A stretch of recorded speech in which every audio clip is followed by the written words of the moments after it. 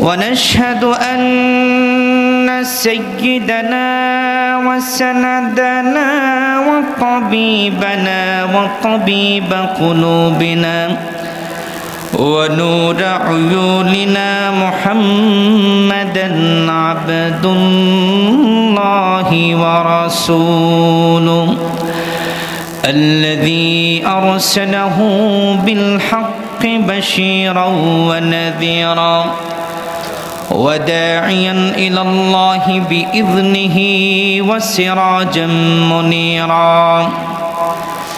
أما بعد فقد قال الله تعالى في كلامه المجيد والفرقانه الحميد: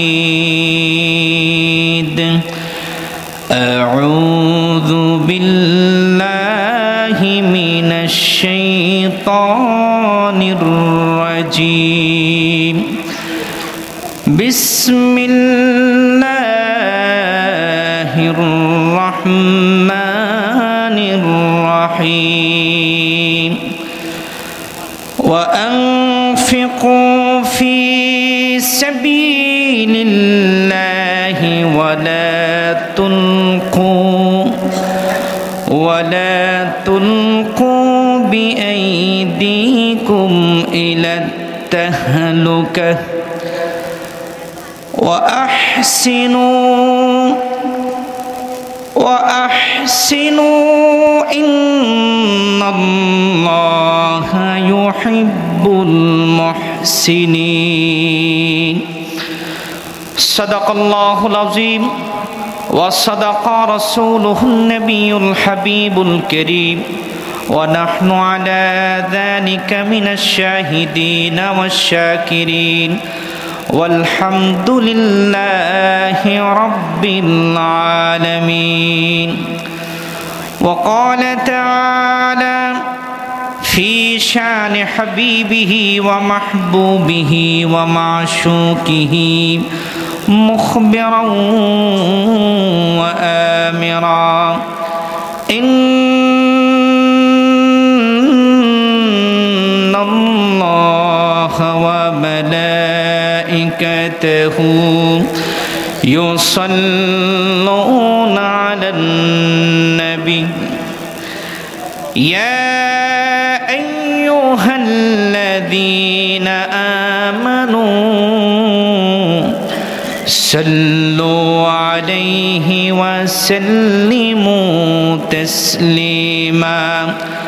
জবান খুলে, দিল খুলে, প্রাণ খুলে মোহাব্বতে পড়ুন আল্লাহুম্মা সাল্লি আলা মাওলানা মুহাম্মদ ওয়া আলা আলি সাইয়্যিদিনা মাওলানা মুহাম্মদ। যে মানুষ মানুষের বেদনায় কেঁদেছিলেন জীবন মদিনায়,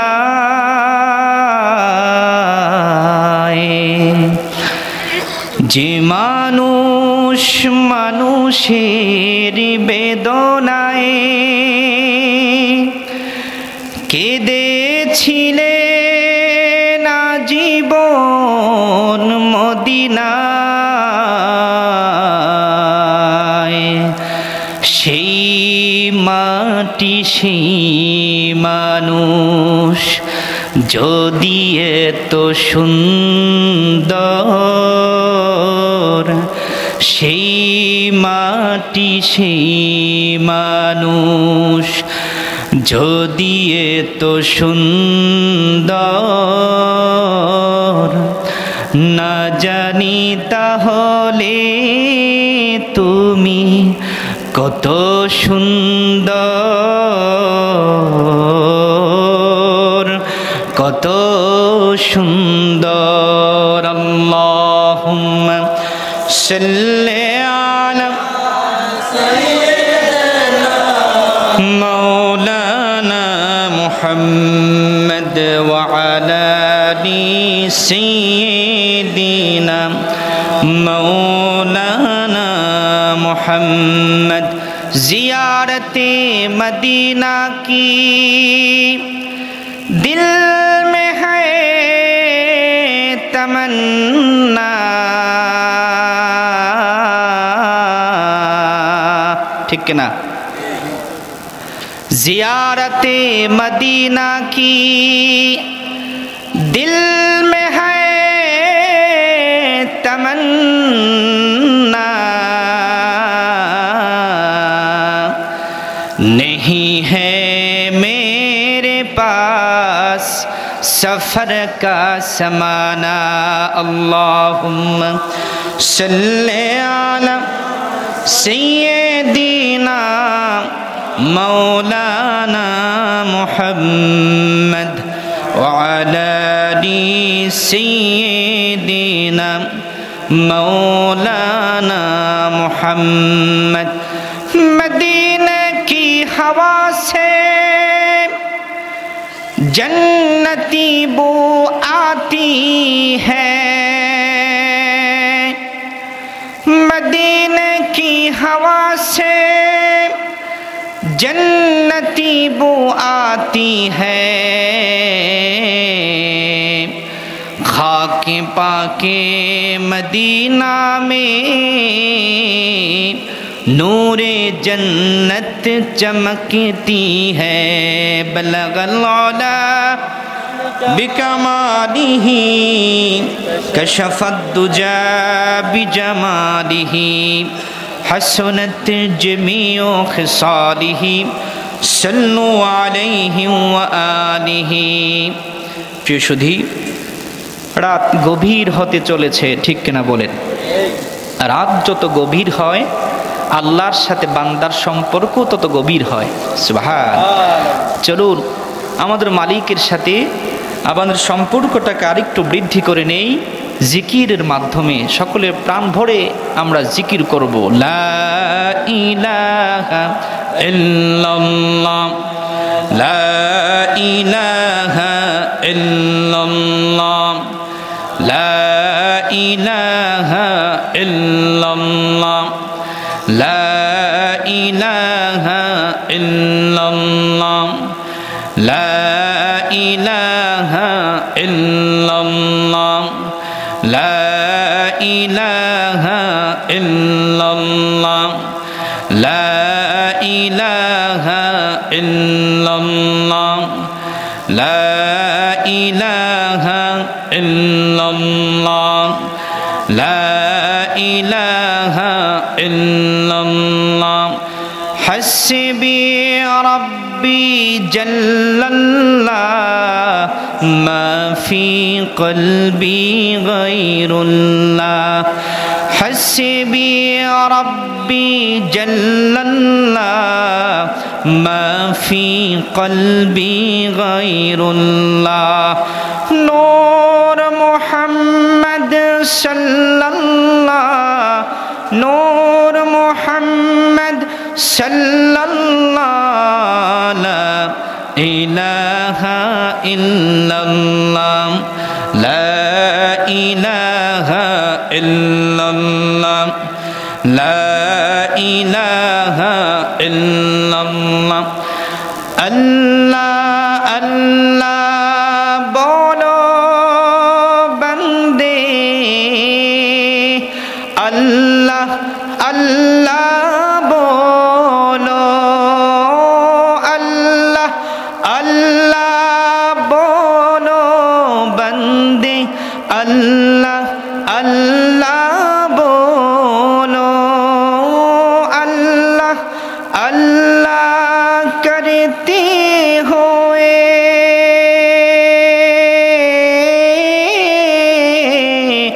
راہ جنت چلو، لا الہ الا اللہ، لا الہ الا اللہ، لا الہ الا اللہ، لا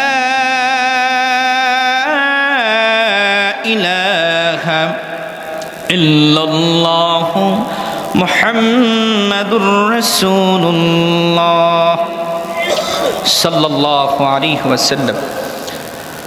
মুআজ্জাজ মুহতারাম, আজ 8ই নভেম্বর রোজ শনিবার।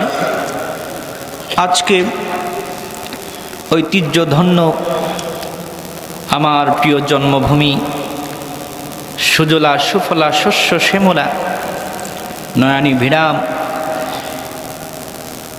এই প্রেম পশ্চিম পাড়া আল মদিনা জামে মসজিদের 21তম বার্ষিক তাফসীরুল কোরআন মাহফিলে উপস্থিত সম্মানিত সভাপতি, আপনাদের সকলের পরিচিত মুখ জনাব মোহাম্মদ সুরুজ মিয়া সাহেব, আমরা দোয়া করছি আল্লাহ রাব্বুল আলামিন ওনার হায়াতের মধ্যে বারাকাত দান করুক পড়ুন আমিন। আজকের মাহফিলে উপস্থিত হয়েছেন আমার পূর্বে ইমান দীপ্ত জ্ঞান গর্ব আলোচনা আপনাদের মাঝে উপহার দিয়েছেন ঐতিহ্যবাহী ভারুল্লাহ শাহ ইসরাইল কামিল মাদ্রাসার সম্মানিত আরবি প্রভাষক বিশিষ্ট আলেম দ্বীন হযরত মাওলানা মুফতি মুহাম্মদ আল আমিন সালিহি আতালাল্লাহু উমরাহ ওয়া আদামা খিদমাতাহু ইলা আখিরি উমরিহ পড়ুন আমিন। মাগরিবের পর ইশারের পর আলোচনা করেছেন আপনাদের প্রিয় মুখ হযরত মাওলানা খলিলুর রহমান বুলবুলি সাহেব। আজকের মাহফিল উপস্থিত হয়েছেন জনাব হযরত মাওলানা রফিকুল ইসলাম সাহেব, সিনিয়র শিক্ষক, নবিয়াবাদ দাখিল মাদ্রাসা।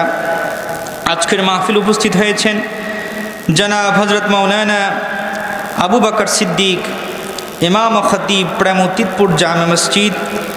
উপস্থিত হয়েছেন হযরত মাওলানা মাহফুজুর রহমান সাহেব, ইমাম ও খতিব প্রেমু হাজিবাড়ি জামে মসজিদ।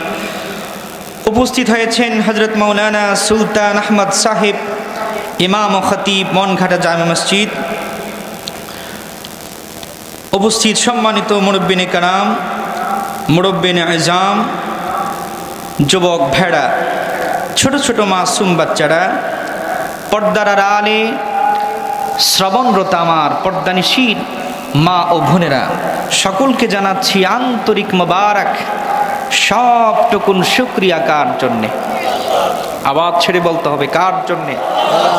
যে আল্লাহ জাল্লা জালালুহু ওয়া আম্মা নাওয়ালুহু আমাদেরকে মায়া করে, দয়া করে, মেহেরবানি করে আজকের এই মুতাবাররক 21তম তাফসীরুল কোরআন মাহফিলে, এই কোরআনের আয়োজনে, জান্নাতের বাগানে আল্লাহ রাব্বুল আলামিন আমাদেরকে আসার ও বসার তৌফিক দান করলেন। আমরা এতে খুশি কম না বেশি? জোরে বলেন, কম না বেশি? আমাদের পেছনের ভাইরা, আমি অনুরোধ করব মাঝখানের জায়গাটা ফাঁকা, আপনারা শূন্য স্থানগুলো পূরণ করুন। আল্লাহ রাব্বুল আলামিন, আমরা একটি জান্নাতের বাগানে বসে আছি। আল্লাহ রাব্বুল আলামিন আমাদেরকে পরিপূর্ণ বারাকা দান করবেন। আমি উদার আহ্বান করছি, মাইকের আওয়াজ যতদূর যাচ্ছে আমার প্রিয় গ্রামবাসী, যারা আমি গুনাহগারের অধমের আলোচনা শুনছেন, আপনাদের কাছে অনুরোধ করব, যারা রাস্তাঘাটে এদিক সেদিক ঘোরাফেরা করছেন, আজকের এই মুতাবাররক মাহফিলের বারাকা থেকে আমরা যেন বঞ্চিত না হই। সকলে চলে আসুন ইনশাআল্লাহ। তাহলে শুকরিয়া চলবে কার? শুকরিয়া করলে খুশি হয়ে যান কে? আমরা হৃদয়ের সবটুকু প্রাচীর উন্মোচন করে, হৃদয়ের সবটুকু আবেগ অনুভূতিগুলোকে উজাড় করে, হৃদয়ের সবটুকু আবেগকে ঢেলে দিয়ে পড়ছি আলহামদুলিল্লাহ। লাখ কোটি, তার চেয়ে অনেক অনেক বেশি দরুদ ও সালাম আল্লাহর আখিরি নবী, নবিকুল সম্রাট, আফতাবে নবুয়ত, শাহানশাহে রিসালাত, সৈয়দুল মুরসালিন, খাতামুন নবিয়্যিন ওয়াল মুরসালিন, সৈয়দিনা হাবিবিনা শফিঈনা সাকিঈনা মাওলানা মুহাম্মদ, সকলে পড়ছি সাল্লাল্লাহু আলাইহি ওয়াসাল্লামের উপর, যাকে আল্লাহ সুবহানাহু ওয়া তাআলা আজ থেকে ১,৫০০ বছর পূর্বে আরবের বিখ্যাত কুরাইশ বংশে সর্বশ্রেষ্ঠ এবং সর্বশেষ নবী ও রাসূল হিসাবে প্রেরণ করেছেন, যার পর আজ পর্যন্ত পৃথিবীতে কোনো নবী কিংবা রাসূল আসে নাই, কিয়ামত পর্যন্ত আসবে না। প্রিয় সুধী, আমরা যেই জায়গাটি বসে আছি যদিও বা মসজিদের মাঠ, কিন্তু নবীজির হাদিস বলছে এটা জান্নাতের বাগান। সুবহান। আমার এই পোস্টারে লেখা আছে 21তম তাফসিরুল কোরআন মাহফিল। আমরা কোরআনুল কারীম থেকে তাফসির শুনবো ইনশাআল্লাহ। ভূমিকাতে আমার ছোট একটি কথা, আমরা যারা বসে আছি কোরআনের এই খেদমতে, রাতের এই নিস্তব্ধ পরিবেশে কোরআন থেকে কথা শুনবো, এই সৌভাগ্য দান করেছেন কে? আল্লাহ। এই কোরআন থেকে কথা শুনলে, কোরআনের মজলিসে বসলে, কোরআনের সাথে থাকলে কি উপকার, তা শুনেই আমরা আমাদের আলোচনার দিকে প্রবেশ করব। হাদিসের মধ্যে শ্রেষ্ঠতম একটি হাদিসের কিতাব সহিহ ইবনে হাব্বান, যেই ইবনে হাব্বান 2 লক্ষ হাদিসের হাফেজ ছিলেন। সুবহানাল্লাহ পড়বেন। কয় লক্ষ? 2 লক্ষ। আমরা কয়টা জানি? 2 লক্ষ হাদিসের হাফেজ ইমাম ইবনে হাব্বান নকল করেছেন। সহিহ ইবনে হাব্বানের 148 নম্বর হাদিসে হাদিসটি বর্ণনা করেছেন উম্মত জননী হযরতে আয়েশা রাদিয়াল্লাহু তাআলা আনহা। সুবহানাল্লাহ। আজকের মাহফিলে শুধু আমরাই বসে আছি না, আমাদের মা বোনেরাও কান খাড়া করে আছেন। মারহাবা বলবেন না? মারহাবা। আমি শুনেছি গত বছর নাকি ওয়াজ শুনতে পারেন নাই। আমাদের মা বোনেরা কিন্তু ওয়াজ শুনে আমাদের থেকে কম না বেশি? মারহাবা বলবেন না? জান্নাতে শুধু আমরা একাই যাব না, আমাদের সাথে ওনারাও যাবেন। আল্লাহ কবুল করুক। পড়াবি উম্মত জননী হযরতে আয়েশা রাদিয়াল্লাহু তাআলা আনহা হাদিস বর্ণনা করেছেন। আন আয়েশা উম্মুল মুমিনিন রাদিয়াল্লাহু তাআলা আনহা قالت سمعت رسول الله صلى الله عليه وسلم القرآن شافع قال رسول الله صلى الله عليه وسلم القرآن شافع مشفع من جعل القرآن أمامه قاده إلى الجنة ومن جعل خلف ظهره ساقه إلى النار। বলেন মারহাবা। আমাদের ও আম্মা জান আয়েশা রাদিয়াল্লাহু তাআলা আনহা বলেন, আল্লাহর নবীর নূরের জবান থেকে আমি শুনলাম আল্লাহর নবী ইরশাদ করেছেন, কিয়ামতের ময়দানে আমাদের নবী ছাড়া কেউ সুপারিশ করার সাহস পাবে না। মারহাবা বলেন। ওই কঠিন কিয়ামতের ময়দানে আল্লাহ রাব্বুল আলামিনের সামনে কোরআন সুপারিশ করবে আমাদের জন্য। সুবহানাল্লাহ। আল্লাহর নবী বলেন আল কোরআনু শাফিউন মুশাফফাউন, কিয়ামতের ময়দানে কোরআন আমাদের জন্য সুপারিশ করবে। আমার রাব্বুল আলামিন কোরআনের সুপারিশকে গ্রহণ করবেন। সুবহানাল্লাহ। নবীজি আমার বলেন মান জালাল কোরআনা আমামাহু কাদাহু ইলাল জান্নাহ, আল্লাহর যে বান্দা দুনিয়ার জমিনে কোরআন শুনেছে, কোরআন বুঝেছে, কোরআনকে জীবন বিধান হিসেবে মেনেছে, কোরআনের আইনকে বাস্তবায়ন করেছে, কোরআন দিয়ে রাষ্ট্র পরিচালনা করেছে, কোরআনকে নেতা বানিয়েছে, কোরআনকে ইমাম বানিয়েছে। আল্লাহর নবী নূর নবী আজ থেকে ১৫০০ বছর আগে বলেন কাদাহু ইলাল জান্নাহ, আল্লাহর ওই বান্দাকে কোরআন টেনে টেনে টেনে টেনে আল্লাহর জান্নাতে পৌঁছায়া দিবে। তাহলে আমরা যারা কোরআনের মাহফিল আসতে পেরেছি, আমরা খুশি কম না বেশি? আমাদের এই তামান্না আছে কোরআন আমাদের জন্য কি করবে? সুপারিশ করবে। মারহাবা বলবেন না? এই মসজিদ কমিটি এত সুন্দর মাহফিলের আয়োজন করলেন, এই মাঠ কিয়ামতের ময়দানে সাক্ষ্য দেবে। সুবহানাল্লাহ পড়েন। এই মসজিদ কিয়ামতের ময়দানে সাক্ষ্য দেবে আমাদের জন্য যে আল্লাহ 2025-এর 8ই নভেম্বরের একটি নিস্তব্ধ পরিবেশে তোমার এই বান্দারা কোরআন শুনেছে। সুবহানাল্লাহ পড়েন। এগুলো আমাদের জন্য সাক্ষ্য দিবে আল্লাহর কাছে। মারহাবা বলেন। তাহলে এই কোরআনের মজলিস ছেড়ে এখনো যারা বাহিরে আছি, আমরা রহমত থেকে বঞ্চিত হচ্ছি, ঠিক কিনা বলেন? আমার মা বোনদেরকে বলবো, আজকে কোরআন থেকে আমরা কথা শুনবো, কানগুলো খাড়া করেন। হতে পারে আগামী বছরে 2026-এর 8ই নভেম্বরে অনেকেই কবরে, ঠিক কিনা বলেন? আমি কিছুদিন আগেও আমার এই গ্রামের অনেক যুবক ভাইদের সাথে আমার ফেসবুকে পরিচয় অ্যাড আছে। আমি দেখি আমার গ্রামের অনেক মানুষ দুনিয়া থেকে বিদায় হয়ে গিয়েছে, ঠিক কিনা বলে? আমার হৃদয় তখন কাঁদে, যাদের চেহারাটা সামনে আসে হৃদয় থেকে দোয়া করতে মন চায়। মারহাবা বলে। আল্লাহ রাব্বুল আলামিন কিছুদিন আগেও যারা দুনিয়া থেকে বিদায় হয়ে গিয়েছেন, আল্লাহ রাব্বুল আলামিন আমার এই গ্রামের প্রতিটি মানুষের কবরগুলোকে জান্নাতের টুকরা বানা দেখ। আমিন। আজকের মাহফিলের বদৌলতে এই প্রেম গ্রামের প্রতিটি কবরের আযাবকে আল্লাহ মাফ করে দিক। আমিন। প্রিয় সুধী, আর দেরি নয়, চলুন আমার সাথে সকলে পড়ুন, আউযু বিল্লাহি মিনাশ শাইতানির রাজীম, বিসমিল্লাহির রাহমানির রাহিম, ওয়া আনফিকু ফি সাবিলিল্লাহি ওয়া লা তুলকু বিআইদিকুম ইলাত তাহলুকা ওয়া আহসিনু ইন্নাল্লাহা ইউহিব্বুল মুহসিনিন।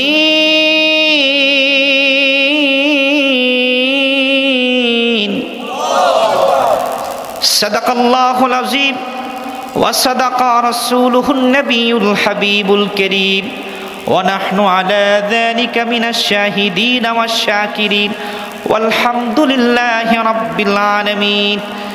যেই আয়াতটি আমরা শুনলাম, এই আয়াতটি পবিত্র কোরআনুল কারীমের 2 নম্বর সূরা, সূরা আল বাকারা 195তম আয়াত। সূরাতুল বাকারা নবীজির উপরে নাজিল হয়েছে মক্কায়। কোথায়? সূরাতুল বাকারা নবীজির উপরে নাজিল হয়েছে মদিনায়। কোথায়? মদিনায়। আল্লাহর কোরআনের কিছু সূরা নাজিল হয়েছে মক্কায়, কিছু সূরা নাজিল হয়েছে কোথায়? মদিনায়। আমার নবী যতদিন মক্কায় ছিলেন কোরআন নাজিল হয়েছে মক্কায়। সুবহানাল্লাহ পড়েন। আমার নবীজি চলে গেলেন মদিনায়, কোরআনও চলে গেলেন মদিনায়। সুবহানাল্লাহ পড়বেন না? এজন্য সূরাতুল বাকারার সাথে লেখা আছে সূরাতুল বাকারা, এটি নাজিল হয়েছে মদিনায়। কোথায়? এই সূরাটি মাদানী সূরা। দেখুন মদিনার কারণে আল্লাহ পাক কত বরকত দান করলেন। সুবহানাল্লাহ পড়বেন না? আল্লাহর কোরআনের কিছু সূরা মাক্কি, কিছু সূরা মাদানী। এর কারণ হলো নবীজি মক্কায়, কোরআন মক্কায়, নবীজি মদিনায়, কোরআন মদিনায়। কিন্তু পূর্বের কোন নবীর সাথে এমনটা হয় নাই। মারহাবা বলবেন না? আল্লাহ রাব্বুল আলামিন তাওরাত, জবুর, ইনজিল নাজিল করেছেন একবারে, কয়বারে?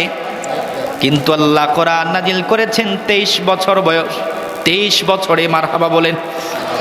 অন্যান্য নবীদের কাছে জিবরিল আমিন তাওরাত, জবুর, ইনজিল নিয়ে আসছে একবার, কয়বার? কিন্তু আপনার নবী, আমার নবী, নূর নবীজির কাছে কোরআন জিবরিল আমিন নিয়ে এসেছেন একবার, দুইবার নয়, 24,000 বার। বলেন সুবহানাল্লাহ। অন্যান্য নবীরা তাওরাত কিতাব নেওয়ার জন্য মূসা নবী তুর পাহাড়ে যেতে হয়েছে, তুর পাহাড়ে গিয়েছেন। শুধু তাই না, নবীজি, আল্লাহর নবী মূসা নবী তুর পাহাড়ে যাবেন জুতা নিয়ে। আল্লাহ রাব্বুল আলামিন সূরাতুত তাহাতে বলেছেন, ফাখলা'না আলাইকা ইন্নাকা বিল ওয়াদিল মুকাদ্দাসি তুয়া মূসা, তোমার পায়ের জুতা খোলো, কারণ এই তুর পাহাড় পবিত্র পাহাড়, এখানে জুতা নিয়ে ওঠা চলবে না। কিন্তু আপনার নবী, আমার নবী, কুল কায়নাতের নবী, নবী কুল সম্রাট, আখিরে নবী, ফখরে মাওজুদাত মুহাম্মদ সাল্লাল্লাহু আলাইহি ওয়াসাল্লাম মেরাজের রজনীতে এই দুনিয়ার এই জুতা মুবারক নিয়ে শুধু বাইতুল মুকাদ্দাস নয়, সপ্ত আকাশের উপরে আল্লাহর আরশে আজিমে গিয়েছে। আরো জোরে বলবেন না সুবহানাল্লাহ? নবীজির জুতা মুবারকের দাম কত বেশি! আমাদের নবী কত দামি নবী! সুবহানাল্লাহ।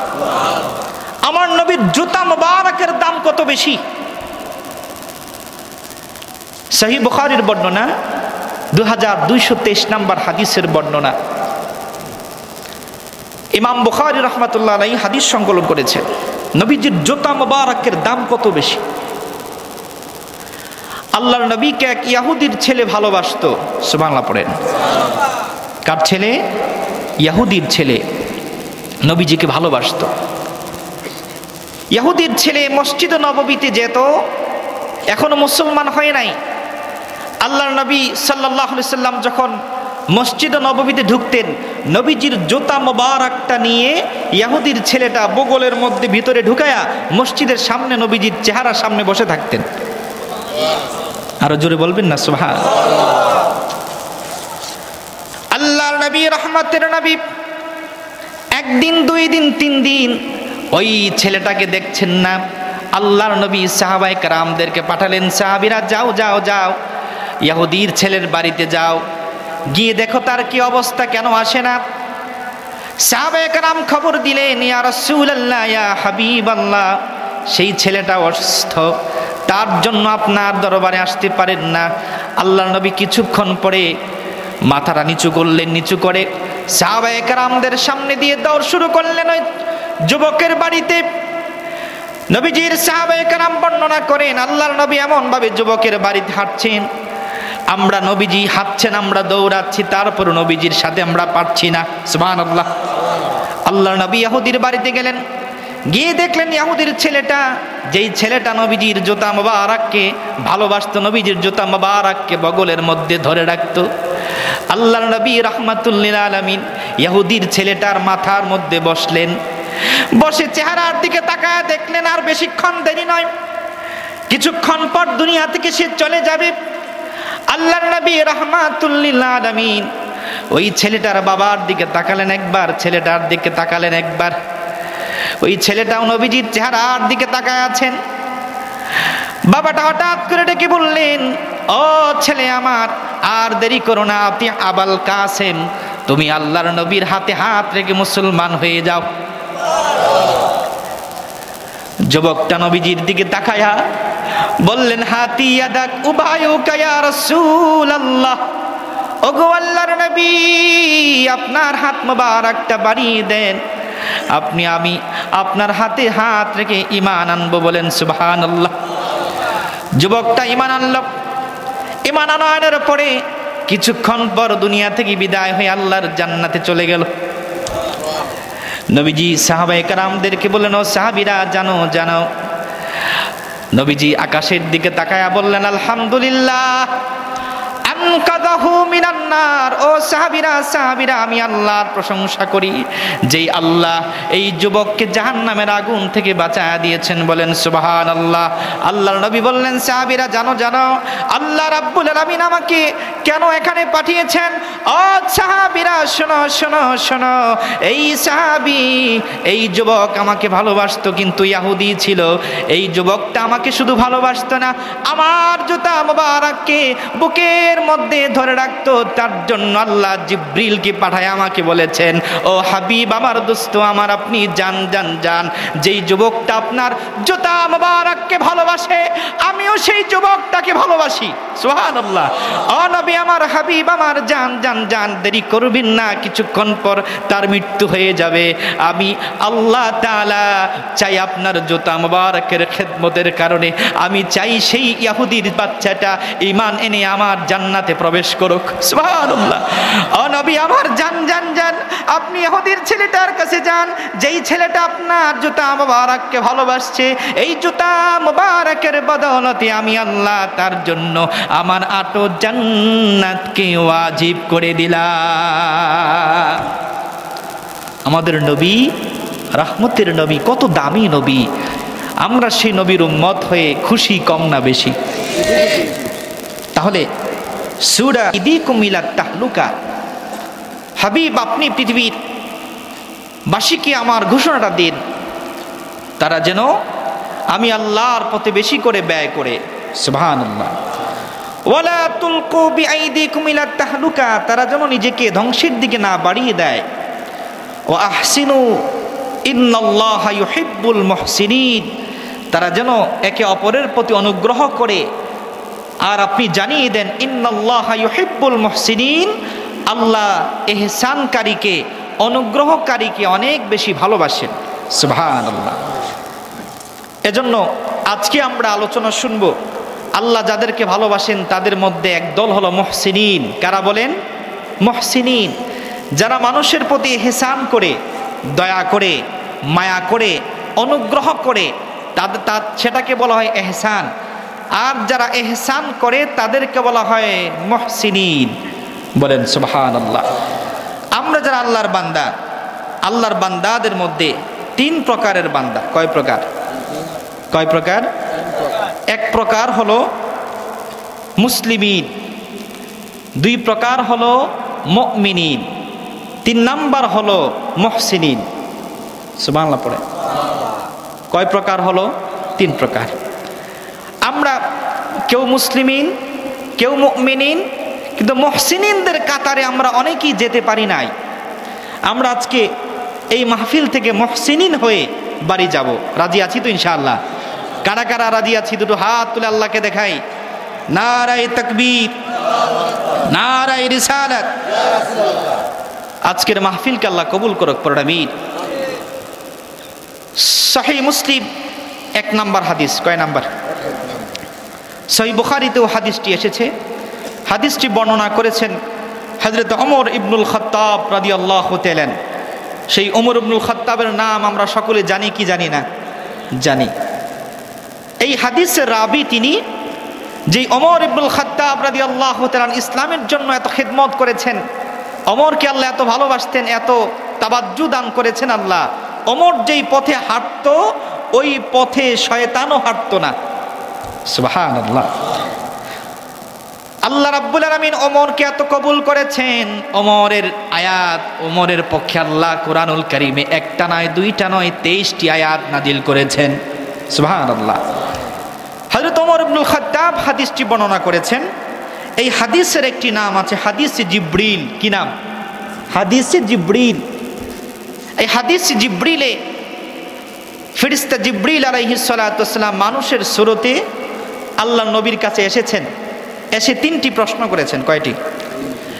1 নাম্বার প্রশ্ন করেছেন, ইয়া মুহাম্মদ আখবিরনি আনিল ইসলাম। ওগো আল্লাহর নবী রাহমাতুল লিল আলামিন, আমাকে ইসলাম কি জিনিস আমাকে শিখান, আমাকে বলেন। আল্লাহর নবী বললেন, আনতা শাহাদা আল্লা ইলাহা ইল্লাল্লাহ ওয়া আন্না মুহাম্মাদার রাসূলুল্লাহ ওয়া তুকিমাস সালাতা ওয়া তু'তিয়াজ যাকাতা ওয়া তাসুমা রমাদান ওয়া তাহুজ্জাল বাইতা ইন ইসতাতা'তা ইলাইহি সাবিলা। আল্লাহর নবী বললেন, আল্লাহকে এক বলে মানা, বিশ্বাস করা, আল্লাহর নবীকে সাক্ষ্য দান করা তিনি আল্লাহর রাসূল, নামাজ প্রতিষ্ঠা করা, যাকাত আদায় করা, রমজানে রোজা রাখা, হজ ফরজ হলে হজ করা, সেটাই হলো ইসলাম। বলেন সুবহানাল্লাহ। এই কাজটি আমরা করি, আল্লাহকে এক বলে বিশ্বাস করি, আল্লাহর নবীকেও বিশ্বাস করি, ঠিক কিনা বলেন? নামাজ পড়ি, রোজা রাখি, হজ আদায় করি, তাহলে আমরা মুসলমান। কে বলেছেন? মুহাম্মাদুর রাসূলুল্লাহ সাল্লাল্লাহু আলাইহি সাল্লাম। 2 নম্বরে আল্লাহর ফেরেশতা জিবরিল আমিন মানুষের শুরুতে নবীজিকে প্রশ্ন করলেন, মানিল ঈমান। ওগো নবী আপনি বলেন ঈমান কি? আল্লাহ নবী বললেন, আন তুমিনা বিল্লাহি ওয়া রাসূলিহি। আল্লাহ নবী বললেন, আন তুমিনা বিল্লাহি ওয়া মালাইকাতিহি ওয়া কুতুবিহি ওয়া রাসূলিহি ওয়াল ইয়াউমিল আখির ওয়া তুমিনা বিল কদরি খাইরিহি ওয়া শাররিহি। মারহাবা বলেন। আল্লাহ নবী ঈমানের পরিচয় দিলেন, আল্লাহকে বিশ্বাস করা, ফেরেশতাগণকে বিশ্বাস করা, আল্লাহ রসুলদেরকে বিশ্বাস করা, কবর হাসর নসরকে বিশ্বাস করা, ভালো মন্দ তাকদীরকে বিশ্বাস করা, এগুলো বিশ্বাস আমরা করি। করি কি করি না? করি। কিন্তু পৃথিবীর বুকে একদল আছে বলে আখিরাতকে আমরা বিশ্বাস করি না। নাউজুবিল্লাহ পড়ে। তারা বলতে চায় যে দুনিয়ার জীবনটা এটাই শেষ, আখিরাত বলতে, কবর বলতে কিছু নাই। বলেন না নাউজুবিল্লাহ। আখিরাত আছে না নাই? আখিরাতের বিশ্বাস যাদের আছে তারাই হলো মুমিনিন। বলেন মারহাবা। আল্লাহকে যারা বিশ্বাস করে, রাসূলদেরকে বিশ্বাস করে, কিতাবকে বিশ্বাস করে, তারা হলো মুমিনিন। বলেন মারহাবা। 3 নাম্বার, জিবরিল আমিন প্রশ্ন করলেন, মানিল ইহসান, ওগো নবী আপনি বলেন ইহসান কি? যেই ইহসানের আলোচনা আমরা শুনছি, যেই মুহসিনিন হতে আজকে আমরা বসছি, ইহসান কি? আল্লাহ নবী বললেন, আনতা আবুদাল্লাহ কান্নাকা তারাহু ফাইন লাম তাকুন তারাহু ফাইন্নাহু ইয়ারাক। বলেন সুবহানাল্লাহ। নবীজি বললেন ইহসান হলো আনতা আবুদাল্লাহ কান্নাকা তারাহু, ও সাহাবী তোমরা আল্লাহর ইবাদত করবে তেমনি ভাবে সেই বিশ্বাস নিয়ে যেন তোমরা আল্লাহকে দেখো। সুবহানাল্লাহ। ফাইন লাম তাকুন তারাহু ফাইন্নাহু ইয়ারাক, যদি তোমরা আল্লাহকে দেখতে না পাও তাহলে সেই বিশ্বাস রাখো আল্লাহ তোমাদেরকে দেখেন। সুবহানাল্লাহ। তাহলে আমরা ইবাদত করব কার জন্যে? আমরা যে ইবাদত করি, আজকে যে আমরা এই যে আলোচনা শুনছি কোরআন থেকে, আমার আল্লাহ দেখি কি দেখে না? আমরা আল্লাহকে দেখতে পাই না, কিন্তু আল্লাহ আমাদেরকে দেখেন। মারহাবা বলবেন না? এই যে কনসেপ্ট, আল্লাহ আমাদেরকে দেখেন, এই বিশ্বাস নিয়ে ইবাদত করা হলো ইহসান। এভাবে যারা ইবাদত করবে তাদেরকে বলা হয় মুহসিনিন। বলেন সুবহানাল্লাহ। ফেরেশতা জিবরিল চলে গেলেন, আল্লাহর নবী সাহাবায়ে কেরামদের মধ্য থেকে হযরত ওমর ইবনুল খাত্তাবকে বললেন, ওমর জানো এই ব্যক্তিটাকে? ওমর বললেন, আল্লাহু ওয়া রাসূলুহু আ'লাম, আল্লাহ এবং রাসূল ভালো জানেন। বলেন সুবহানাল্লাহ। এই হাদিস থেকে দেখুন, সাহাবায়ে কেরামদের বিশ্বাস ছিল, তারা যখন আল্লাহর কথা বলতেন তখনই রাসূলের কথাও সাথে যুক্ত করতেন। সুবহানাল্লাহ পড়বেন না? এই হাদিসে শেষ অংশে বলেছেন, আল্লাহু ওয়া রাসূলুহু আ'লাম, আল্লাহ এবং তার রাসূল কি ভালো জানেন। এজন্য আমরা স্লোগান দিতে গিয়ে শুধু নারে তাকবীর, নারে রিসালাতের স্লোগান আমরা অনেকেই দেই না, ঠিক কিনা বলে? বলছে নারে তাকবীরের স্লোগান দিলেই হবে। স্লোগান 2টা হবে। কয়টা বলেন? কয়টা বলেন? এই যে সাহাবায়ে কেরাম দেখেন, সাহাবায়ে কেরাম বলেছেন আল্লাহু ওয়া রাসূলুহু আ'লাম। এই আলাম শব্দটি ইসমে তাবদীল, এটা শিরিক হয় নাই।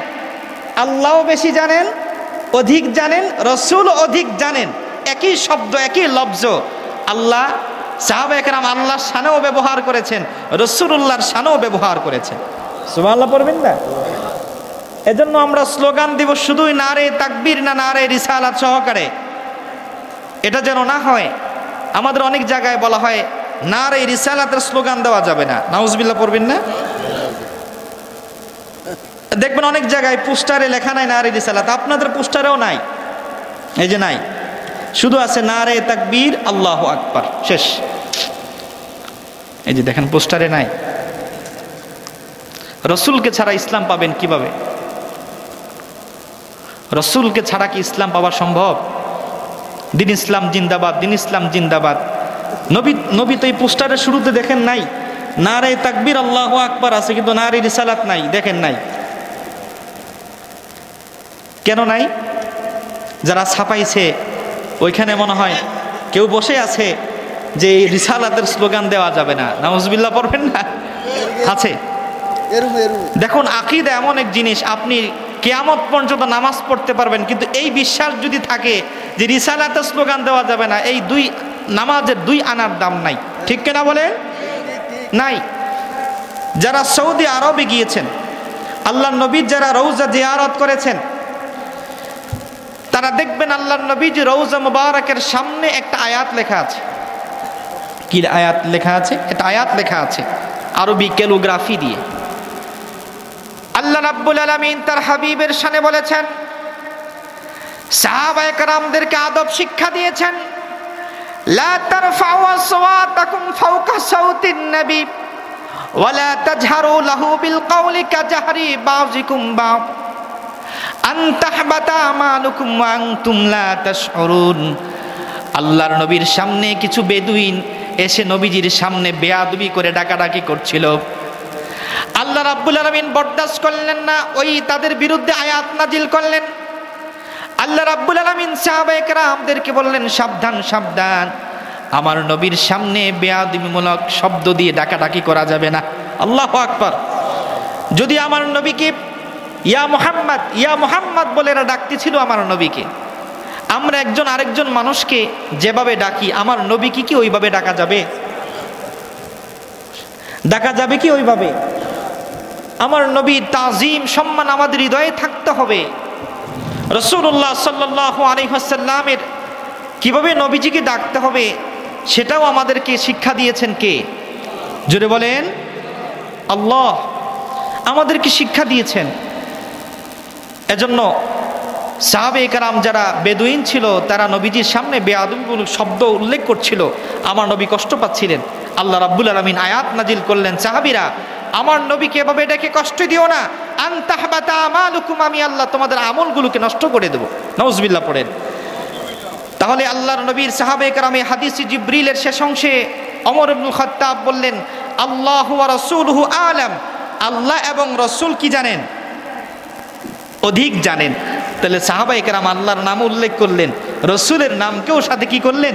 উল্লেখ করলেন। বলেন সুবহানাল্লাহ। পৃথিবীর বুকে ইহুদি সম্প্রদায় আছে না নাই?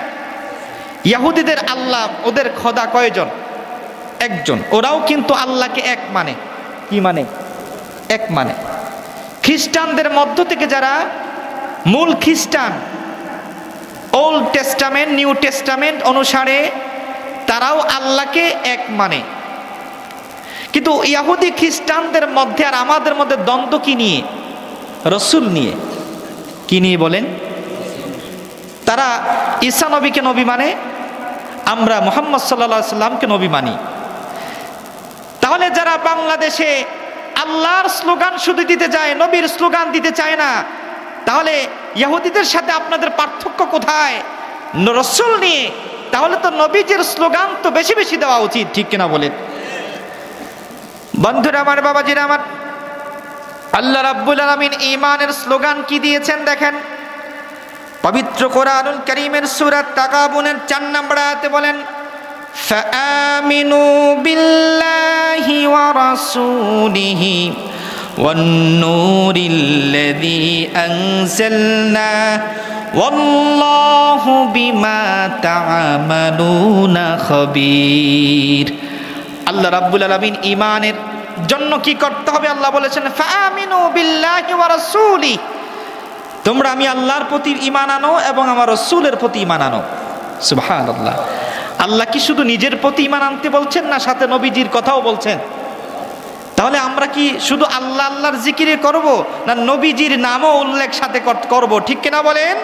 এজন্য ঈমানের কালিমা শুধু লা ইলাহা ইল্লাল্লাহ না, ঈমানের কালিমা হলো লা ইলাহা ইল্লাল্লাহু মুহাম্মাদুর রাসূলুল্লাহ সাল্লাল্লাহু আলাইহি সাল্লাম। দেখুন আল্লাহ রাব্বুল আলামিন সূরাতুল ফাতহের 9 নম্বর আয়াতে বলেছেন, লিতুমিনু বিল্লাহি ওয়া রাসূলিহি, যেন তোমরা আল্লাহ ও তার রাসূলের প্রতি ঈমান আনতে পারো। ঈমানের কথা বলতে গিয়ে আল্লাহ আল্লাহর কথা বললেন, সাথে রাসূলুল্লাহর কথাও বললেন। বলেন আল্লাহু আকবার। তাহলে যারা শুধু আল্লাহ আল্লাহর স্লোগান দেয়, নারে তাকবীর আল্লাহু আকবার, তারপরে রিসালাতের স্লোগান নেই, তারপরে বলে দিন ইসলাম জিন্দাবাদ, যা বলার বলে, তাহলে এখানে তাদের কনসেপ্ট মিস্টেক হলো, নারে তাকবীরের সাথে নারায়ে রিসালাতকেও যুক্ত করতে হবে। এটা শুধু আমার কথা না, এটা কোরআনের কথা, ঠিক কিনা বলে? প্রিয়সুধী, রিসালাতকে ছাড়া কিছুই হয় না, হবে না, ঠিক কিনা বলেন? এই যে ভারতের মুসলমান, আপনারা জানেন ভারতের মুসলমানরা শুধু বলেছিল আই লাভ মুহাম্মদ। এই ভারতের কুখ্যাত গুজরাটের সন্ত্রাস, গুজরাটের কসাই আমার ভারতে শুধু আই লাভ মুহাম্মদ, আমি মুহাম্মদ সাল্লাল্লাহু আলাইহি সাল্লামকে ভালোবাসি, এই কথা বলার কারণে আমার মুসলমানদের ঘর বাড়িগুলোকে জ্বালা দিছে, ঠিক কিনা বলেন? এই ভারতে আমার নবীর নাম আজকে নিতে পারছে না, আইলা মুহাম্মদ বললেই তাদেরকে মারছে। আপনারা জানেন ফিলিস্তিনের মুসলমানরা আজকে মার খাচ্ছে, ঠিক কিনা বলেন? তাদের অপরাধ কি? শুধু অপরাধ একটাই, তারা মুহাম্মদ সাল্লাল্লাহু আলাইহি সাল্লামকে নবী মানে, এইটাই অপরাধ। ইহুদিরাও তো আল্লাহকে এক বলে, ইহুদিদের তো কেউ মানে না। মুসলমানদেরকে কেন মানে? কারণ তারা জানে মুহাম্মদ সাল্লাল্লাহু আলাইহি ওয়াসাল্লামের উম্মত কিয়ামতের ময়দানে সবচেয়ে বেশি হবে। সুবহানাল্লাহ পড়ে। এজন্য তারা মার খাচ্ছে, একটাই অপরাধ, মুহাম্মদ সাল্লাল্লাহু আলাইহি ওয়াসাল্লামের উম্মত হওয়া। কিন্তু যত মাইর হবে, যত বিপদ হবে, তারপরেও পৃথিবীতে আল্লাহর নবীর উম্মতের সংখ্যা সবচেয়ে বেশি হবে। ঠিক কিনা বলেন? বাংলাদেশে 20 কোটি, ভারতে 40 কোটি, পাকিস্তানে 20 কোটি, এই উপমহাদেশেই তো 100 কোটি মুসলমান। মারহাবা বলেন। বর্তমান পৃথিবীতে 200 কোটি মুসলমান আছে। মারহাবা বলবেন না? ব্রিটিশ বিজ্ঞানীগণ গবেষণা করে দেখেছেন 2055 সালের মধ্যে পৃথিবীতে মুসলমানগণ সংখ্যাগরিষ্ঠ হবে। সুবহানাল্লাহ পড়ে। এটা কেউ আটকায় রাখতে পারবে না। প্রিয় সুধী, আল্লাহর ফেরেশতা জিবরিল মানুষের সুরতে এসে আল্লাহর নবীকে ইহসান শিখালেন। ইহসান হলো কি? আল্লাহর ইবাদত তুমি এমন ভাবে করো যেন তুমি আল্লাহকে দেখো। সুবহানাল্লাহ পড়েন। আর যদি আল্লাহকে না দেখো, এই বিশ্বাস তোমার মনের মধ্যে রাখো আল্লাহ তোমাকে দেখেন। এই বিশ্বাস আমাদের আছে না নাই? যদি বলেন আছে না নাই? এখন বর্তমানে যারা মাহফিলে আছেন, আল্লাহ কি আমাদেরকে দেখেন? অবশ্যই দেখেন। আমরা যে গুনাহ করি আল্লাহ কি দেখেন? কেউ না দেখুক, একজন দেখেন। কে? যদি বলেন আল্লাহ আমাদেরকে দেখেন, এই বিশ্বাস যদি আপনার থাকে হৃদয়ে, আপনি হবেন মুহসিনিন। কি হবেন? মুহসিনিন। সব ইবাদতের শুরুতে যদি আপনি এই কনসেপ্ট রাখেন আল্লাহ আমাদেরকে দেখেন, দেখবেন আপনি পৃথিবীর অসংখ্য অপরাধ থেকে বাঁচায়া দিবেন কে? আল্লাহ। আপনি চুরি করতে যাবেন, এই কনসেপ্ট রাখবেন আল্লাহু ইয়ারানা, আল্লাহ আমাদেরকে দেখেন। চুরি করতে পারবেন? চুরি তো মানুষ গোপনে করে, গোপন থাকলো কই? আল্লাহ আমাদেরকে কি করেন? দেখেন। কেউ যখন ডাকাতি করতে যায়, খারাপ কাজ করতে যায়, কেউ না দেখুক, দেখে কে? আল্লাহ। এর নাম হলো ইহসান। আর এই গুণ যারা অর্জন করবে তাদেরকে বলে মুহসিনিন। বলেন সুবহানাল্লাহ। বন্ধুরা আমার, বাবাজিরা আমার, আল্লাহ রাব্বুল আলামিন সব কিছু দেখেন। তারপরেও আমাদের দুই কাঁধের মধ্যে ফেরেশতা আছে না নাই? তাদের নাম হলো কিরামান কাতিবিন, সম্মানিত লেখক। কোন ডান পাশে একদল, বাম পাশে একদল। মারহাবা বলবেন না? তারা সব কিছু লিখে রাখছে, সব কিছু আল্লাহকে দেখাবে। শুধু তাই না, আল্লাহ রাব্বুল আলামিন সূরাতুল জিলজালে আল্লাহ আমাদেরকে কেমন ভাবে দেখেন সব কিছু বর্ণনা করেছেন। আল্লাহ পাক বলেন, ইযা যুলজিলাতিল আরদু জিলজালাহা ওয়া আখরাজাতিল আরদু আথকালাহা ওয়া ক্বালাল ইনসানু মা লাহা ইয়াওমাইযিন তুহাদ্দিসু আখবারাহা বিআন্না রাব্বাকা আওহা লাহা। সূরাতুল জিলজাল পবিত্র কোরআনুল কারীম অন্যতম সূরা। জিলজাল অর্থ ভূমিকম্প। জিলজাল অর্থ কি? ভূমিকম্প। আল্লাহ পাক বলেন, ইযা যুলজিলাতিল আরদু জিলজালাহা, যখন প্রচন্ড প্রকম্পনে পৃথিবীটা কম্পমান হবে, আল্লাহ পাক সেই কিয়ামতের বিভীষিকাময় মুহূর্তে পৃথিবীটাকে একটা নাড়া দিবেন। ওয়া আখরাজাতিল আরদু আথকালাহা, এই পৃথিবীর জমিনের ভিতরে যত কিছু আছে সব কিছু পৃথিবী বের করে দেবে। আল্লাহু আকবার বলেন। এই জমিনের ভিতরে কি কি আছে? আল্লাহর নবী আদম থেকে শুরু করে আজ পর্যন্ত কত কোটি কোটি মুসলমান মানুষ এই পৃথিবীর জমিনের নিচে আছে না নাই? কত লাশ এই জমিনের ভিতরে আছে। এই লাশগুলো কিয়ামতের পূর্বে সব বেরিয়ে যাবে। আল্লাহু আকবার। কেমন হবে সেই বিভীষিকাময় মুহূর্ত? কিয়ামতের পূর্বে পৃথিবী সব, আমরা খাবার যেভাবে বের করে দেই, প্রচন্ড ভূমিকম্পে পৃথিবী সব কিছুকে বের করে দিবে। ওয়া ক্বালাল ইনসানু মা লাহা, যদি আজকে গিয়ে দেখি প্রেমুর গুরুস্থানের উপরে সব লাশগুলো দাঁড়া আছে, আমাদের অবস্থা কি হবে? স্বর্ণমণি মুক্তাগুলো সব পৃথিবী বের করে দিবে। মানুষগুলো দেখে দেখে বলবে, ওয়া ক্বালাল ইনসানু মা লাহা, হায় হায়, এই পৃথিবীর এই মাটির কি হলো? সে কেন সব কিছু বের করে দিচ্ছে? ইয়াউমাইযিন তুহাদ্দিসু আখবারাহা, আল্লাহ রাব্বুল আলামিন বলেন, সেই কিয়ামতের ময়দানে এই মাটি শুধু সব কিছু বের করে দিবে না, এই মাটি সব কিছু আল্লাহকে বলে দিবে। বলেন আল্লাহু আকবার। বিজ্ঞান এই আয়াতের গবেষণা করে দেখেছে, এই মাটি হলো ট্যাপ রেকর্ডার। সব কিছু আমাদের রেকর্ড করছে এই মাটি। আল্লাহু আকবার বলবেন না? আমরা মনে করছি মাটির মধ্যে দিয়ে শুধু হাঁটি, না না না, এই মাটি আমাদের সব কিছুকে রেকর্ড করছে। বিজ্ঞান পরীক্ষা করে দেখেছে, আল্লাহ কোরআনে কেন এটা বললেন যে মাটি সব কিছু বলে দেবে? তখন এই কনসেপ্ট থেকে বিজ্ঞান মোবাইল আবিষ্কার করেছে। মারহাবা বলবেন না? এই যে সিসি ক্যামেরা সব কিছুকে রেকর্ড করে, ঠিক কিনা বলে? মোবাইল সব কিছুকে রেকর্ড করে রাখতে পারে, ভিডিও ক্যামেরা সব কিছুকে রেকর্ড করে রাখতে পারে। বিজ্ঞান এই সায়েন্স কোথায় থেকে পেয়েছে? আল্লাহর কোরআন থেকে। বলেন সুবহানাল্লাহ। এই যে মোবাইলের মধ্যে যে কাভার, এই কাভার রাবার থেকে হয়, এই রাবারের সৃষ্টি হলো মাটি থেকে। আল্লাহু আকবার বলেন। মোবাইলের মধ্যে আছে সিলিকন চিপস, এগুলো মাটি থেকে। মোবাইলের মধ্যে আছে তামার তার, এগুলো মাটি থেকে।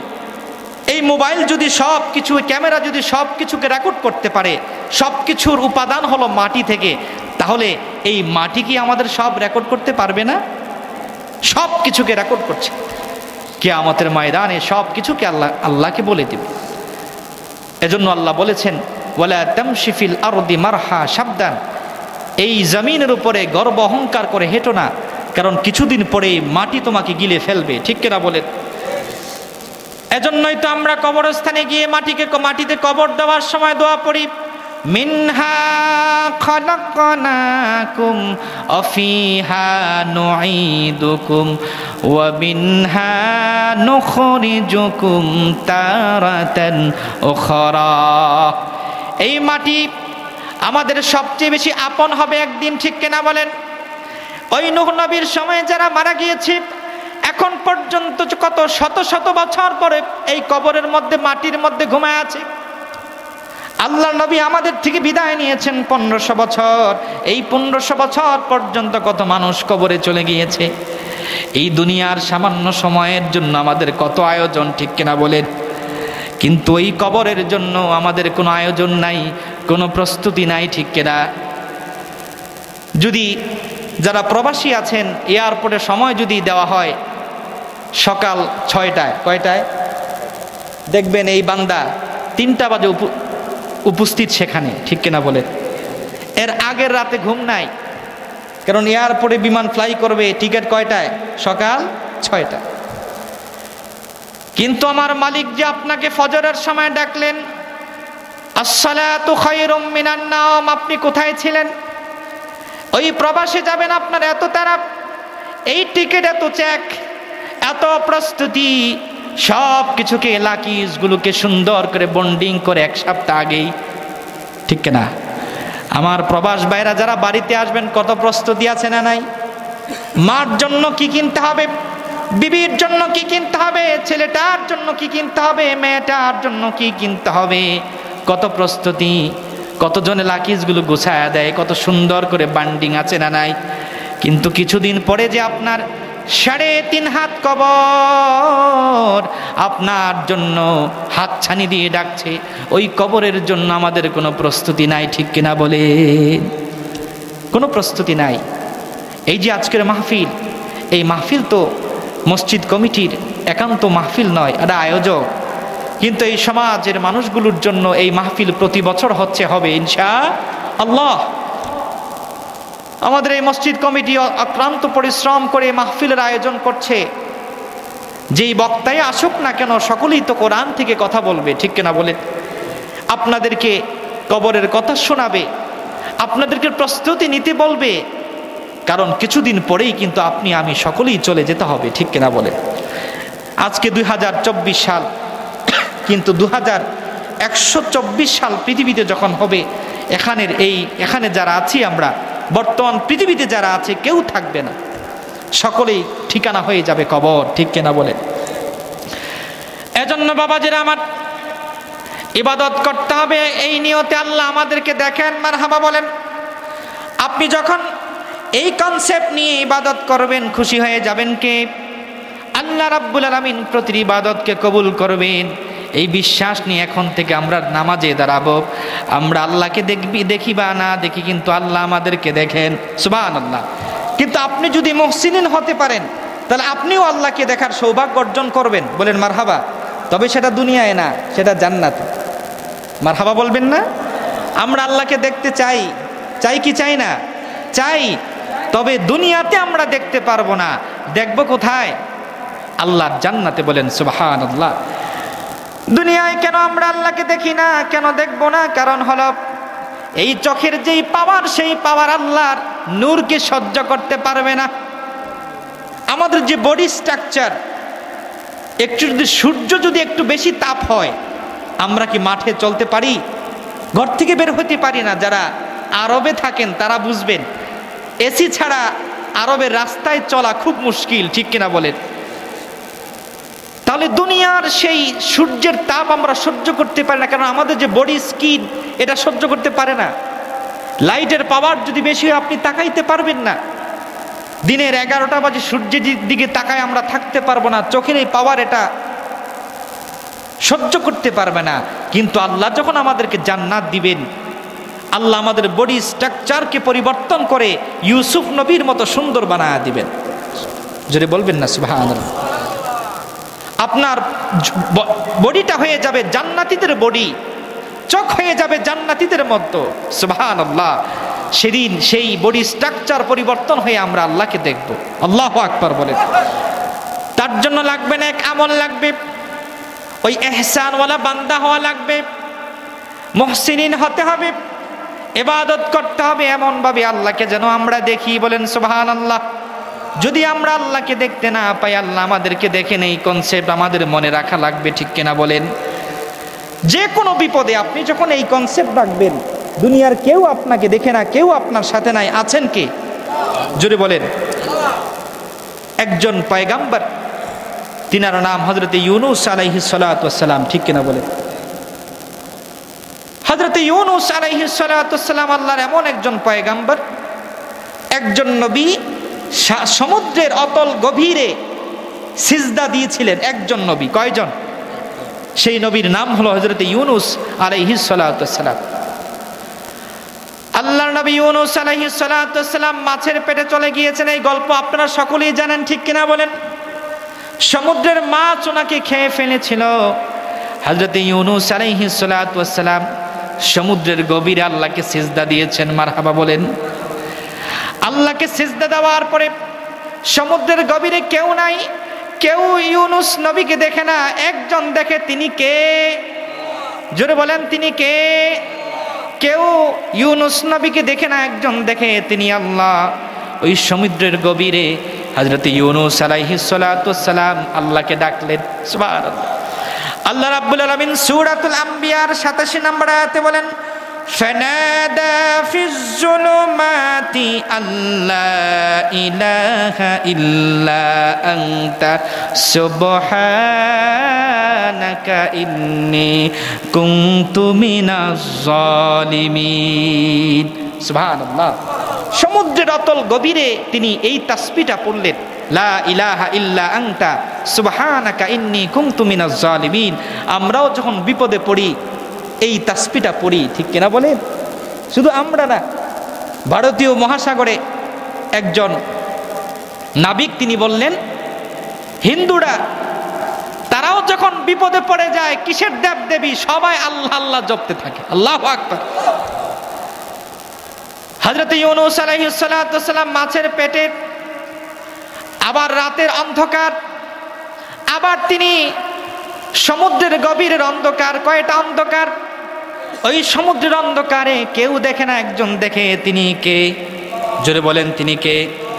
আল্লাহ রাব্বুল আলামিন পবিত্র কোরআনুল কারীমে চমৎকার করে বললেন, ফাস্তাজাবনা লাহু ওয়া নাজ্জাইনাহু মিনাল গাম্মি ওয়া কাযালিকা নুনজিল মুমিনিন। আল্লাহ বলেন, আমার নবী ইউনূস সমুদ্রের গভীর থেকে আমি আল্লাহকে ডেকেছে, আমি রবকে ডেকেছে, আমি আল্লাহ ইউনূস আলাইহিস সালাতু ওয়াস সালামকে, আমার নবীকে সমুদ্রের ওই গভীর থেকে আমি আল্লাহ বাঁচায়া দিয়েছি। বলেন সুবহানাল্লাহ। এজন্য আমাদেরকে, আমরা আল্লাহকে দেখি না, কিন্তু আমাদেরকে দেখেন কে? জোরে বলেন, আল্লাহ। আপনি বিপদে পড়বেন, আমি বিপদে পড়বো, ডাকবো কাকে? জোরে বলেন, আল্লাহকে ডাকলে। আব্দুল্লাহ আলাইহিস সালাতু ওয়াস সালামকে সমুদ্রের মাছ বমি করে সমুদ্রের পাড়ে ছেড়ে দিল। পবিত্র কোরআনুল কারীমে সূরাতুস সাফফাতে আল্লাহ পাক আরেকটি বিষয় উল্লেখ করেছেন, হযরত ইউনূস আলাইহিস সালাতু ওয়াস সালাম যখন সমুদ্রের গভীর থেকে মুক্তি পেলেন, মুক্তি পেয়ে উনি সমুদ্রের কিনারে এসে আল্লাহর কাছে রিজিক চাইলেন। পেটে খাবার নাই, আল্লাহ রাব্বুল আলামিন ইউনূস নবীর জন্য একটা বৃক্ষ রোপণ করলেন। বলেন সুবহানাল্লাহ। আল্লাহ বললেন ওয়াআমবাতনা আলাইহি শাজারাতাম মিন ইয়াকতীন। আল্লাহ বলেন আমি তার উপর একটি লতা বিশিষ্ট বৃক্ষ উদ্ঘাটন করলাম। লতা বিশিষ্ট বৃক্ষ, আমাদের যে সবজি হয় এই সবজির মধ্যে এমন একটা সবজি আছে যে সবজির ফলটাও খাওয়া যায়, পাতাটাও খাওয়া যায়। সেই সবজিটার নাম কেউ বলতে পারবেন? লাউ। মারহাবা বললেন না? আল্লাহ কোরআনুল কারিমে লাউয়ের কথা বলেছেন। সুবহানাল্লাহ পড়বেন না? আমাদের প্রেম গ্রামে আমার চাষি, আমার বাবাজিরা লাউয়ের ফসল করে কম না বেশি? নিমসার বাজারের অর্ধেক তো আমাদের প্রেম গ্রাম থেকেই যায়। মারহাবা বলবেন না? আল্লাহ রাব্বুল আলামিন লতা বিশিষ্ট বৃক্ষকে, আল্লাহ রাব্বুল আলামিন লতা বিশিষ্ট বৃক্ষকে ইউনূস নবীর জন্য আল্লাহ রাব্বুল আলামিন তাকে এই বৃক্ষটা দিলেন। সেই বৃক্ষটা হলো লাউ। মারহাবা বলবেন না? আজকে ওয়াজ কোনোটা ভালো লাগুক বা না লাগুক, এই ওয়াজ ভালো লাগতেই হবে। লাউয়ের চাষ বেশি করতে হবে। রাজি আছি তো ইনশাআল্লাহ? সবজি আমাদের এই বরকামতা ইউনিয়নে, শুধু তাই না, আমাদের ঢাকা থেকে কাউরান বাজারে যত সবজি, তার মধ্যে আমাদের নিমসার বাজারেও এই অঞ্চলের জন্য সবজি সবচেয়ে বেশি। ঠিক কিনা বলে? আল্লাহ কোরআনুল কারীমে সূরাতুস সাফফাতে সবজির কথা বললেন। ইউনূস নবীর জন্য আল্লাহ একটা বৃক্ষ সৃষ্টি করলেন, যেই বৃক্ষের ফল আছে, একটা পাতাও আছে, পাতাও খেতে পারবেন তিনি। সেই বৃক্ষটা হলো ইয়াকতীন, সেই বৃক্ষটা হলো লাউ গাছ। বলেন সুবহানাল্লাহ। আল্লাহর নবী রাহমাতুল লিল আলামিন লাউকে সবচেয়ে বেশি ভালোবাসতেন। বলেন সুবহানাল্লাহ। এই যে শীতের সিজন, এখন তো এই সবজিগুলো বেশি হয়। ঠিক কিনা বলেন? আল্লাহর নবী লাউকে ভালোবাসতেন। সুনান তিরমিজি 1850 নম্বর হাদিস। عن أنس بن مالك رضي الله تعالى عنه قال رأيت رسول الله صلى الله عليه وسلم يتتبع من الصفا يعني الدباء। ইমাম তিরমিজি হাদিস সংকলন করেছেন, আল্লাহর নবী একদিন একজনের বাড়িতে দাওয়াত খেতে গেলেন। গিয়ে ওনার সামনে, নবীজির সামনে লাউ এবং গোশত দিয়ে লাউ রান্না করে দেওয়া হলো। আমরা তো শুধু আলু দিয়ে গোশত রান্না করি। ঠিক কিনা বলে? আজকে আমাদের মা বোনরাও শুনছেন, আল্লাহর নবী সাল্লাল্লাহু আলাইহি সাল্লামের সুন্নতি খাবার ছিল এটা। নবীজি সাল্লাল্লাহু আলাইহি ওয়াসাল্লাম লাউ দিয়ে গোশত রান্না এটা পছন্দ করতেন।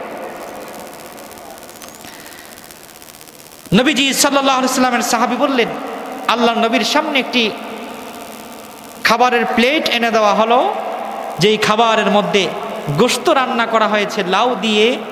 নবীজি সাল্লাল্লাহু আলাইহি ওয়াসাল্লাম লাউগুলো বেছে বেছে শুধু নিজে খাচ্ছেন। বলেন সুবহানাল্লাহ। এজন্য আমরা লাউকে ভালোবাসবো কম না বেশি? আমাদের প্রেম বাজার আছে না নাই? আগামী কাল থেকেই দেখবেন লাউয়ের বেশি আয়োজন। এটা নবীজির পছন্দের খাবার। বলেন সুবহানাল্লাহ। লাউ যারা খাবেন তারা এই নিয়ত করে যদি খান যে নবীজি এটা পছন্দ করতেন, তাহলে আল্লাহ পাক অসংখ্য রোগ বালাই থেকে আল্লাহ বাঁচায়া দেবে। সুবহানাল্লাহ। এজন্য আমরা লাউকে বেশি ভালোবাসবো, লাউ খাবো। আল্লাহ কবুল করুক, পড়ুন আমিন। প্রিয় সুধী, আল্লাহ নবী সাল্লাল্লাহু আলাইহি ওয়াসাল্লাম আমাদেরকে যে আদর্শ শিক্ষা দিয়েছেন, এই আদর্শকে আমাদেরকে অনুসরণ করতে হবে। ঠিক কিনা বলেন? আল্লাহ নবী সাল্লাল্লাহু আলাইহি ওয়াসাল্লাম যে সুন্নাতগুলো আমাদের মাঝে রেখে গিয়েছেন, এই সুন্নতগুলো আমাদেরকে আঁকড়ে ধরতে হবে। এই সুন্নতের মধ্যে আছে শান্তি। ঠিক কিনা বলেন? আমরা নবীজিকে ভালোবাসি, নবীজিকে মহাব্বত করি। নবীজি কি কি খাবারকে পছন্দ করতেন, এগুলো আমরা পছন্দ করব। এই যে শীতের মৌসুম আসতেছে, আল্লাহ নবীজি বলেছেন তোমরা মধু খাবে, মধুর মধ্যে সকল রোগের মহা ঔষধ রয়েছে। সুবহানাল্লাহ। তোমরা জৈতুন খাবে, জৈতুনের তেলের মধ্যে তোমাদের জন্য শিক্ষা রয়েছে, তোমাদের জন্য ঔষধ রয়েছে। আল্লাহ জৈতুনের কসম করেছেন সূরাতুত তিনে। বলেন সুবহানাল্লাহ। আল্লাহ পাক বলেন والتين والزيتون وطور سينين وهذا বালাদিল আমিন। আল্লাহ পাক বলেন ওয়াত্তিনের কসম, তিন এটাও একটা ফল, আরবে পাওয়া যায়। ওয়াজ্জাইতুন, দুই নাম্বার হলো জাইতুন, এটাও নবীজি ভালোবাসতেন। আল্লাহ নবী এই তেলকে ভালোবাসতেন, জাইতুন, এবং তিন ফলকে বলেন মারহাবা। তিন ফল এটাও আপনি আরবে পাবেন, জাইতুন, অলিভ অয়েল এটাও পাবেন। এটা যারা মালিশ করবে আল্লাহ পাক তাকে বৃদ্ধের ছাপ থেকে হেফাজত করবেন, মারহাবা বলেন। আমাদের মা বোনদের অনেক সময় চুল পড়ে যায়, আমরা চুলের মধ্যে জাইতুনের তেল ব্যবহার করব, চুলকে হেফাজত করবেন কে? আল্লাহ। জাইতুনের মধ্যে এত বেশি ফজিলত, এত বেশি বারাকাত রাখবেন। আল্লাহ আমাদেরকে সুন্দরভাবে সৃষ্টি করেছেন, এমন সুন্দরভাবে আল্লাহ তার কোনো সৃষ্টিকে সৃষ্টি করে নাই। বাদশাহ হারুনুর রশিদ বাগদাদের বাদশা ছিলেন, ইরাকের বাদশা ছিলেন, মারহাবা বলেন। বাদশাহ হারুনুর রশিদ তিনি পূর্ণিমার চাঁদের রাতে হাঁটতেছেন বাগান দিয়ে, বিবিকে নিয়ে বাগান দিয়ে হাঁটতেছেন, ফুল চতুর্পাশে ফুল, আবার উপরে পূর্ণিমার চাঁদ। হাঁটতে হাঁটতে বিবিকে বলতেছেন, বিবি রে, তুমি যদি আকাশের চাঁদ থেকে সুন্দর না হও তাইলে তুমি আজ থেকে আমার নাই, তুমি তালাক। আবেগে কথাটা বলে ফেলছেন। ফজরের যখন আজান হলো তখন তিনি চিন্তা করলেন, হায় হায়, এটা তো অসম্ভব, আকাশের চাঁদ থেকে তো আমার বিবি সুন্দর হইতে পারে না। আকাশের চাঁদ তো সবচেয়ে সুন্দর বেশি। আমরা এখনো বাচ্চাকে চাঁদ মামার গল্প শোনাই কি শোনাই না? আমরা কিছু হলেই আকাশের চাঁদের সাথে আমাদের তুলনা দেই। আকাশের পূর্ণিমার চাঁদ সুন্দর। বাচ্চা হারুন রশিদ বিপদে পড়ে গেলেন, হায় হায়, কথা কি বললাম রাতে, আকাশের চাঁদ থেকে তো আমার বিবি সুন্দর হইতে পারে না, তাহলে আমার বিবি তো নাই, কারণ আমি তো শর্তে দিছি, বিবি তুমি যদি আকাশের চাঁদ থেকে সুন্দর না হও তাইলে তুমি কি বিদায়। বাচ্চা হারুন রশিদ তৎকালীন সময়ে ওই অঞ্চলের সবচেয়ে বড় আলেম ছিলেন নোমান বিন সাবিত। তিনি হলেন আমাদের মাযহাবের ইমাম আবু হানিফা, বলেন মারহাবা। ইমাম আজম আবু হানিফার কাছে গেলেন, গিয়ে তিনি বললেন, হুজুর, আমি রাতের বেলায় আমার বিবিকে বলেছি আকাশের চাঁদ থেকে সে যদি সুন্দর না হয় সে তালাক। হুজুর আপনি বলেন, সমাধা দেন, আমার বিবিকে আছে না নাই? কারণ আমার বিশ্বাস আকাশের চাঁদ থেকে আমার বিবি কখনো সুন্দর হতে পারে না। আল্লাহর পেয়ারা বান্দা ইমামে আজম আবু হানিফা, আল্লাহ রাব্বুল আলামিন তাকে এত ইলম দান করেছেন। সহিহ মুসলিম 605 নম্বর হাদিস, আল্লাহ নবী বলেছেন, লাউ কানাল ইলমু ইনদা সুরায়া লাতানাওয়ালাহু রাজুলুন মিন আহলি ফারিস। আমার শেষ যুগে ইলম যদি পালাতে পালাতে আকাশের সুরাইয়া তারকার মধ্যে চলে যায়, সেখান থেকে পারস্যের এক ছেলে ওই ইলমকে ছিনায় আনবে। আব্দুল হক মুহাদ্দিস দেহলভী বলেছেন, ওই আলেম হলেন আর কেউ না, তিনি আমাদের মাযহাবের ইমাম হযরতে আবু হানিফা। বলেন না সুবহানাল্লাহ। আবু হানিফা রাহমাতুল্লাহ আলাইহি বাদশা হারুন রশিদকে বললেন, বাদশা আপনার ভয় পাবার কিছু নাই।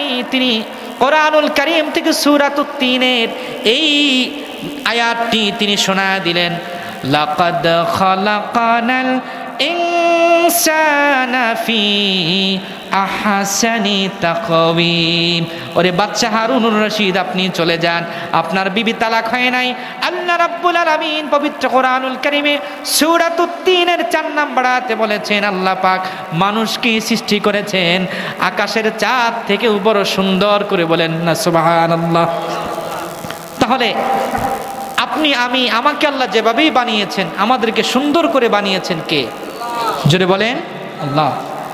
আপনার ঘরের বিবিটা যেমনই আছে তিনি সুন্দর, বলেছেন কে? আল্লাহ। তিনি সুন্দরী, শ্রেষ্ঠ সুন্দরী বলেছেন কে? আল্লাহ। যতই সুন্দরী হোক, ঘরে যদি শান্তি না থাকে তাহলে কোথাও শান্তি নাই, ঠিক কিনা বলেন? সুনান তিরমিজির বর্ণনা, আল্লাহ নবী বলেছেন, আদ-দুনিয়া কুল্লুহা মাতা ওয়াই খায়রু মাতা'id দুনিয়াল মারআতুস সালিহা। নবীজি বললেন, এই জগতের মধ্যে সবকিছুই সম্পদ, তার মধ্যে শ্রেষ্ঠ সম্পদ হলো ঘরের সুন্দর রমণী। বলেন না সুবহানাল্লাহ। নেককার বিবি, মারহাবা বলবেন না? তাহলে ঘরের যেই বিবিটা আপনার আছে, তার সাথে ঝগড়া বিবাদ নাই, কারণ তিনি সুন্দরী। কে বলেছেন? আল্লাহ। আপনি স্বামী যেমনই আছেন সুন্দর বলেছেন কে? আল্লাহ। ভয় নাই, আশা আছে, আল্লাহ আমাদেরকে আরো সুন্দর বানায় দিবেন যখন আমরা জান্নাতে যাব। সুবহানাল্লাহ। এক ওয়াজের মধ্যে হুজুর বলছে কোনো কালো মানুষ জান্নাতে যাবে না, কোনো বৃদ্ধ মানুষ জান্নাতে যাবে না। মুরব্বী চোখ বেয়ে বেয়ে কান্না করছে, হায় হায় হুজুর, এত দূর থেকে হুজুর আনলাম, হুজুর তো বলে ফেললো কালো মানুষ জান্নাতে যাবে না, মুরব্বী মানুষ জান্নাতে যাবে না। পরে হুজুর বললেন, শেষ দিকে বললেন যে মুরব্বী জান্নাতে যাবে না, কোনো বুড়া মানুষ, কোনো বুড়া মা বোন জান্নাতে যাবে না, ঠিক, তবে সবাইকে আল্লাহ রাব্বুল আলামিন জান্নাত দেওয়ার আগে 25 বছরের যুবক এবং ইউসুফ নবীর মতো সুন্দর বানায় দিবেন। সুবহানাল্লাহ পড়বেন না? তাহলে আমরা ইউসুফ নবীর মতো সুন্দর হতে চাইলে, আমরা জান্নাতে যেতে চাইলে, আল্লাহ আমাদেরকে সুন্দর করে বানিয়েছেন, আমাদেরকে একটা কাজ করতে হবে। আমরা মুহসিনিন হওয়ার জন্য এই কাজটা করতে রাজি আছি কি আছি না? আল্লাহ রাব্বুল আলামিন সূরাতুল মুলকের 2 নম্বর আয়াতে বলেন, আল্লাযী খালাকাল মাউতা ওয়াল হায়াতা লিয়াবলুয়াকুম আইয়ুকুম আহসানু আমালা।